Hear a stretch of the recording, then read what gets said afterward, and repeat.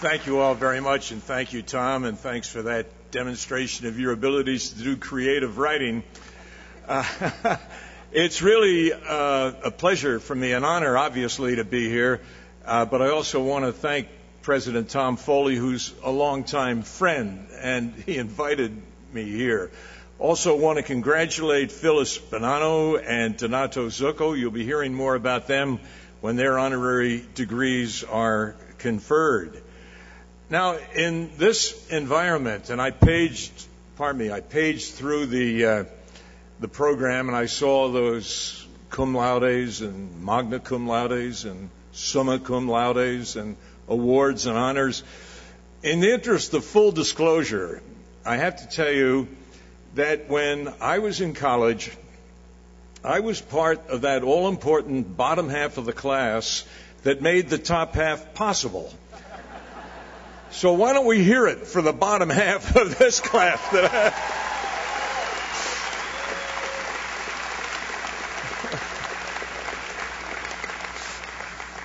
Well deserved. Now, as you're all aware, tomorrow is Mother's Day. So a special word of congratulation to your proud mothers and to those of you who are graduating who are yourselves mothers. So we congratulate as well all the fathers, the grandparents, the spouses, the brothers, sisters, and relatives, but a special salute to all the mothers in our midst today.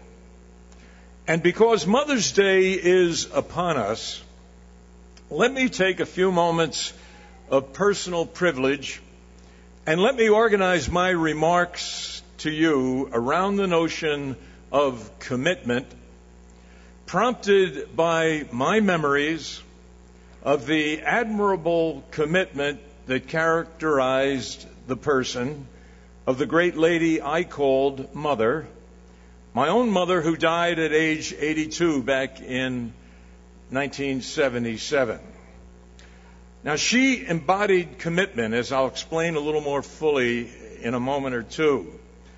She grew up in Shenandoah, Pennsylvania, hometown of Tom Coakley's father, and his grandmother and my mother were first cousins. So there's a link here. And his dad was my older cousin, Tommy, my second cousin, who I really admired. A great man, a great football player. And, you know, when you're a little kid, you always admire the guy who's a good football player. But if you play football in Shenandoah, the field has more coal slate on it than grass, so you really have to be tough. It's a small town in the anthracite coal region in northeastern Pennsylvania. And my mother, when she left Shenandoah to go to college, she went to Trinity College in Washington, D.C.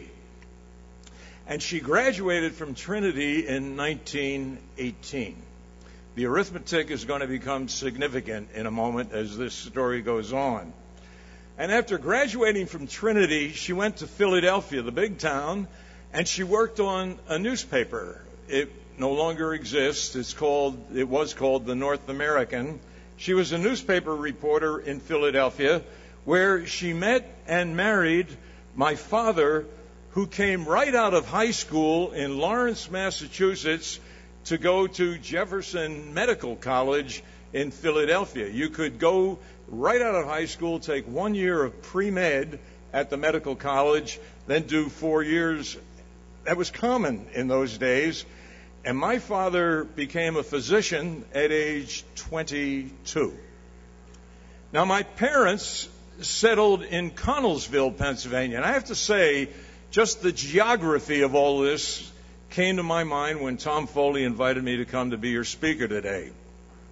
To think of this beautiful area of Pennsylvania with your rolling hills and the imagination going back to Shenandoah and then out to Connellsville in southwestern Pennsylvania. So my parents moved there, bought a home, started a family as my father joined a family practice. Sadly, my father died shortly thereafter of an illness that would take no one's life now. They simply did not have the antibiotics then, 1928, that would have saved his life. So he left my mother with two babies, my brother, aged 2.5, and me, aged 7 months. My mother's name was Mary Isabel Langton.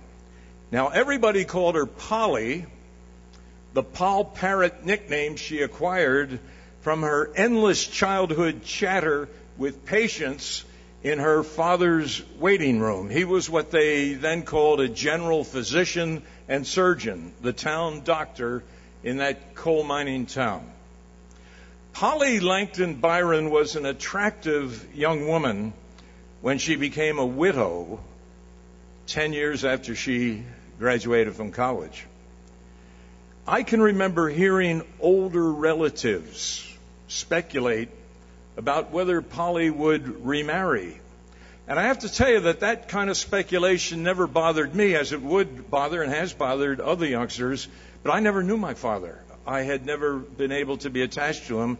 I was only 7 months old when he died.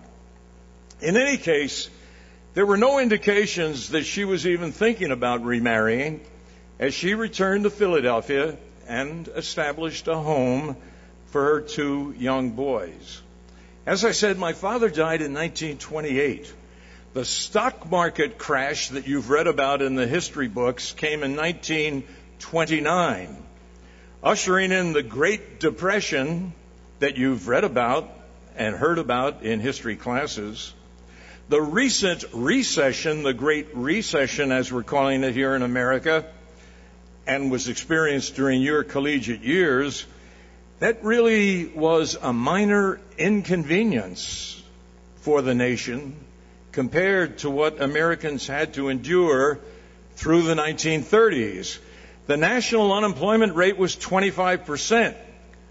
The breadlines were long. Jobs were scarce. Hardship was everywhere.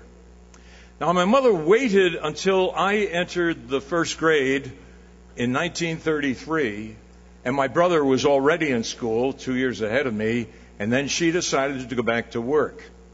And when she did, it was not to go back into the newspaper world where things were less secure.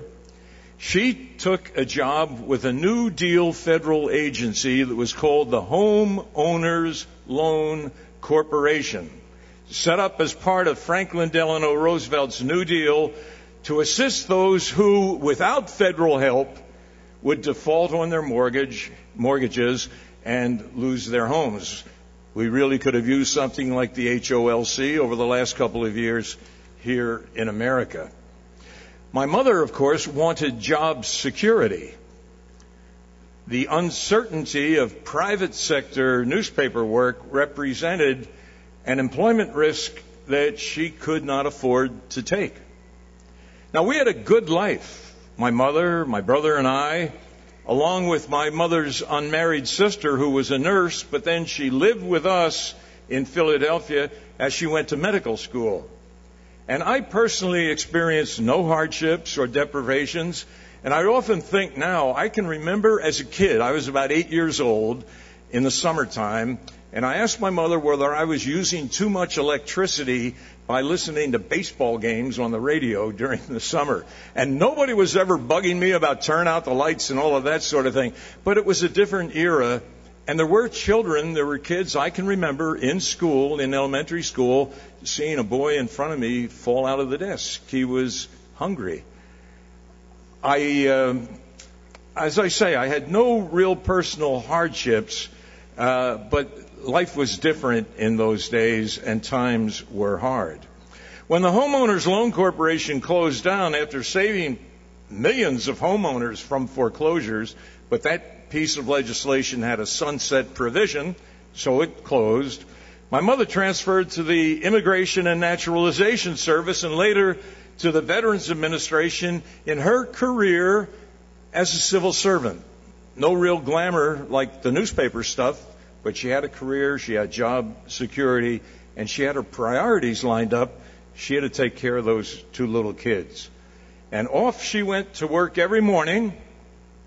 but was back in the evening to be both mother and father for her boys. Now, during the Second World War, she gave up both of her sons for military service, my brother to the Navy for 3 years, me to the Army for 18 months. She prayed a lot, I'm sure. She was a woman of faith. She prayed for our safety. Neither of us suffered in any way from military service overseas, my brother in the South Pacific, me in Germany. Both of us received veterans' educational benefits. You probably heard of what they call the GI Bill. We received educational benefits so that we could go to college, and in my brother's case, not only college, but medical school after the war, with all tuition paid by the federal government, not a bad deal, and with a living allowance as well. Now, really big money. They paid your tuition fees and books up to $500 a year. Princeton was high price. It was $600. When I went to St. Joe's College in Philadelphia, the guy in the bookstore was still throwing in extra pads and pencils to bring it up to that $500. And then if you were single, you got $75 a month. If you were married, you got $120 a month. Now, my brother became a psychiatrist. I became a Jesuit priest, and I'm sure you can understand, my mother was pleased and grateful and probably proud. Now, when she turned 70, she gave a letter to my brother to be opened when she died. And when that day came in 1977, my brother and I opened that letter, which began with these words: "It's a beautiful, sunny Sunday afternoon. I feel fine, and I just turned 70, so I want to put a few things down on paper that I want you to attend to after I die." And then she had some small details about this piece of jewelry to this particular granddaughter and little particulars about her funeral and so on. And then she wrote, and I'm quoting, "That ring has been on my finger since your father put it there on our wedding day. I want that to go down with me in the cemetery in Shenandoah." Well, I got a lesson then about the meaning of commitment. And it became clear to me why she never considered remarrying. Now, as a priest, I want to assure you, I've often advised widows to remarry. For many, it is absolutely the best thing to do for themselves and for their children. Often, a dying spouse will urge the other spouse who will be left behind to remarry. And that's the way it ought to be in most cases. But in my mother's case, that was not the route that she wanted to take. She had made her commitment. She wanted to keep it no matter what, as long as she lived. Hence, the wedding ring went down with her. Now, I'm privileged to be able to tell you that story, a commitment story, at this commencement on this day before Mother's Day. And I want to point out that it has relevance for you men as well. Commitment will be an important part of all your lives, each one of you, not just for you young women who may be called to motherhood. Motherhood is, of course, a call to commitment. But so is the call to fatherhood. So too is the call to whatever career will begin for you when this commencement day is just a memory. Let me simply say that the uncommitted life is not worthy of you, graduates of Mount Aloysius. Each one of you has already formed some notion of the good life. You have goals. You have dreams. You want to be happy, of course. But you should reflect a bit today about your idea of happiness. Make sure that your idea of happiness includes a faith commitment to the God who is the source of your being and all that you possess. Be committed to faith and family, acknowledging that in all likelihood there will be, in God's providence for you, a commitment to another person with whom you will establish your own family. And some few of you will be called to the single life that will indeed be a full and satisfying life because it will involve a commitment to serve others. Let me suggest that the good life, the really good life for each one of you, is the life that is lived generously in the service of others. No matter what you do by occupational category, the good life is the life that is lived generously in the service of others. It will take many forms and shapes. It will be long or short. It may indeed be rich or poor, but it's bound together by the cord of commitment. And it will, I assure you, be a happy life thus bound, to the extent that it is lived generously in the service of others.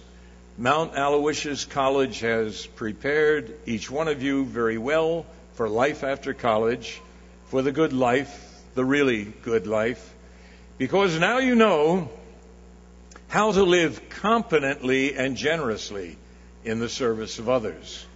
Give thanks then to this college, to the faculty, the staff, to all your classmates. You've been learning one from another. Give thanks then as you leave today. Give thanks to the God who gave you life, and He gave you not only the gift of life, but His providence brought you here.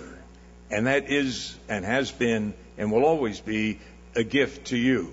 Give thanks to your mothers on Mother's Day, and give thanks to all who are here today to celebrate and make this day so special for you.